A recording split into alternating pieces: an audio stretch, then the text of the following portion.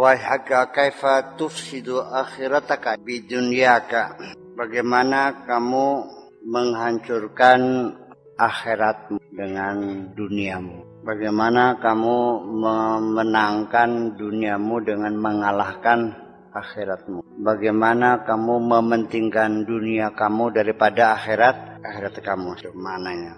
Kaifa tufsidu ta'ata maulaka azza wa jalla bi ta'ati nafsika wa hawaka wa syaitanika wal khalq. Bagaimana kamu merusak ketaatanmu kepada Tuhanmu dengan ketaatanmu kepada nafsumu, kepada hawamu dan kepada syaitanmu dan kepada makhluk.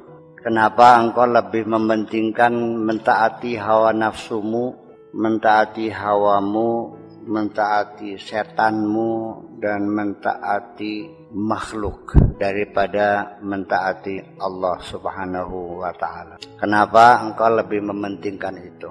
Kaifa tufsidu taqwaka bisyakwaka ila ghairihi. Bagaimana engkau merusak ketakwaanmu dengan mengadukan nasibmu kepada selain Allah? Ini adalah realita kita sehari-hari, bahwa kita lebih mementingkan dunia daripada akhirat. Ya, kenapa? Ini dipertanyakan, kenapa? Menguntungkan, kalau akhirat tidak menguntungkan.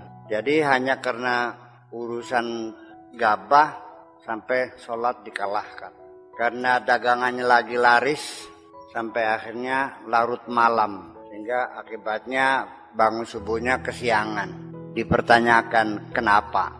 Kenapa kamu lebih mentaati hawa nafsu, lebih nurut sama manusia daripada sama Allah? Kenapa? Kenapa ketakwaanmu kamu kalahkan dengan mengadukan, mengklaim kepada orang lain? Syakwa ka ila ghairihi artinya kamu menceritakan keadaan kesusahan kamu kepada orang lain. Mengadukan kesusahan kepada orang lain ini sama dengan komplain kepada Allah, tidak menerimakan keputusan Allah. Kenapa kamu tidak menerima keputusan Allah? Kenapa kamu mengadukan nasibmu kepada orang lain? Ama ta'lamu anna Allah azza wa jalla hafizun lil muttaqina wa nasirun lahum. Apakah kamu tidak tahu bahwa Allah menjaga orang-orang yang bertakwa dan menolong mereka? Kenapa kamu harus ceritakan kepada orang lain? Kenapa nggak langsung minta sama Allah saja sih? Begini, ini menjadi masalah mungkin karena nggak paham juga sih. Ketika engkau bercerita tentang kesusahan kamu, entah banyak utang, entah lagi bertengkar dengan istri, atau karena lagi sakit yang gak sembuh-sembuh, apakah kamu yakin orang yang mendengarkan kamu itu iba kepada kamu? Belum tentu. Apakah dia mungkin berbagi rasa dengan kamu? Artinya menceritakan kesulitan kepada orang-orang itu kan membocorkan rahasia pribadimu sendiri. Orang lain juga nggak bisa bantu nggak apa. Kamu cerita nggak punya uang, sembarang lain. Orang lain terus dikiranya bantu gitu. Prosedur sampai orang lain membantu kamu kan sangat panjang sekali, tidak semudah itu. Pertama, iya mau bantu kalau memang ada. Kalaupun ada juga kalau dia nggak butuh, betul nggak? Kalau dibutuh sendiri, ya nggak mungkin nolong orang lain dong. Setelah dia ada, uangnya ada, terus dia nggak butuh. Kalau dia nggak suka, kemudian lagi.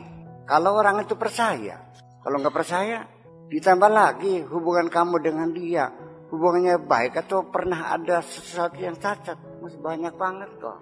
Ketika kamu minta tolong pada orang lain, orangnya akan membuka arsipnya bahwa kamu dulu pernah menjahati dia, nggak bakal bisa nolong dong. Silakan mengadu pada Allah, ya Allah nggak punya duit gitu aja kok. Yang jelas adalah Allah menjaga orang-orang bertakwa dan Allah selalu menolong mereka. Orang yang bertakwa itu selalu ditolong Allah kok.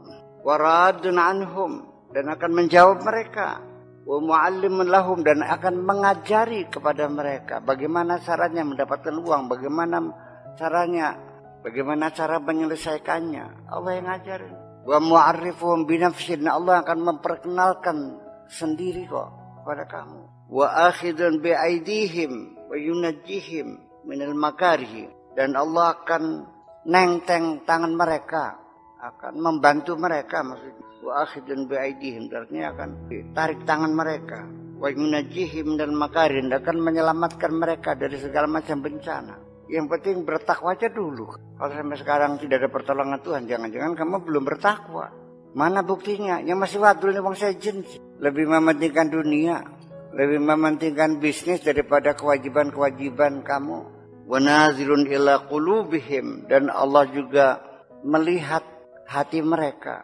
Wa raziqu min haitsu la yahtasibun, Allah yang berikan rezeki mereka secara tidak disengaja, secara tiba-tiba di luar perhitungan. Yuk mari kita mengingat sekali lagi, kamu kan sering dapat rezeki. Banyak mana yang pernah kamu duga yang dan tidak pernah kamu duga. Hampir semua rezekimu datang tanpa kamu duga kok. Malah yang diharap-harapan nggak datang-datang kan. yang nggak duga-duga datang. Jadi rezeki yang tidak min haitsu la yahtasib itu tidak mesti harus melalui prosedur usaha, melalui kamu membajak tanah, menanam, memupuk, memanen, menjadi gabah, digebot, baru dijual, baru jadi uang. Prosesnya panjang. Terlalu banyak rezeki kamu yang tidak melalui proses, ujung-ujung dapat. Bahkan kalau kamu itu jadi orang kaya miliarder, kalau kerjaan kamu sebagai pegawai negeri yang gajinya 3.500.000, sok kumpulin 100 tahun bisa bikin rumah enggak?